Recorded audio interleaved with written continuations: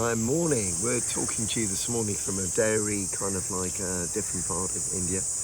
We're in Goa, which is pretty much a tropical paradise. It's got a tropical monsoon climate. It's really, really hot at the moment.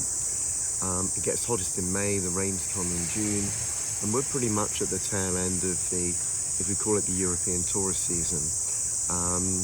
Kind of like locals would come here on a holiday all year round, and we've heard that the rainy season is a brilliant time to come. Goa is the richest state in India. It's got a lot of mineral wealth, but it's also really, really kind of like relies on tourism, and we'll talk to you a little bit more about that later. Goa is kind of unique in lots of ways. The Portuguese kind of arrived here in about 1510. That was before Columbus had actually gone off and discovered the Americas. You may remember that Columbus was actually trying to discover India at the time, and he'd gone to the Portuguese government to get backing to do that. And they didn't back him, they didn't like to tell him the reason, and that's because they'd already got to India by going around Africa and travelling east rather than the Columbus mission to the west. Well, it's an absolutely amazing place to be, and we're lucky to be staying where we are. It's got lots of features of sustainable tourism.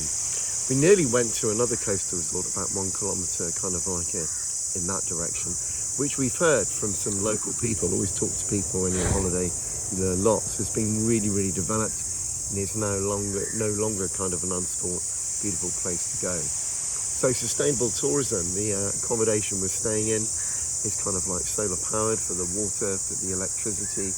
It's small scale, and although kind of like the place we're actually in is not owned by Goans. Goans are employed, and lots of money is going back to the local community, and most of the restaurants and hotels and small business around here are actually Goan.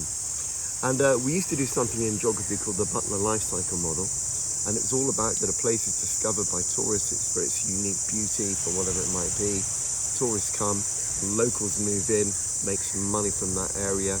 And obviously, that's a really good position to be in. But then quite often multinationals come in, and they've got a habit of kind of spoiling the place. They encourage too much tourism, things get overdeveloped, and you can actually end up ruining the thing you've actually come to see. We've hit it lucky. Oh my goodness. Travel while you can. What a tropical paradise. Thanks very much.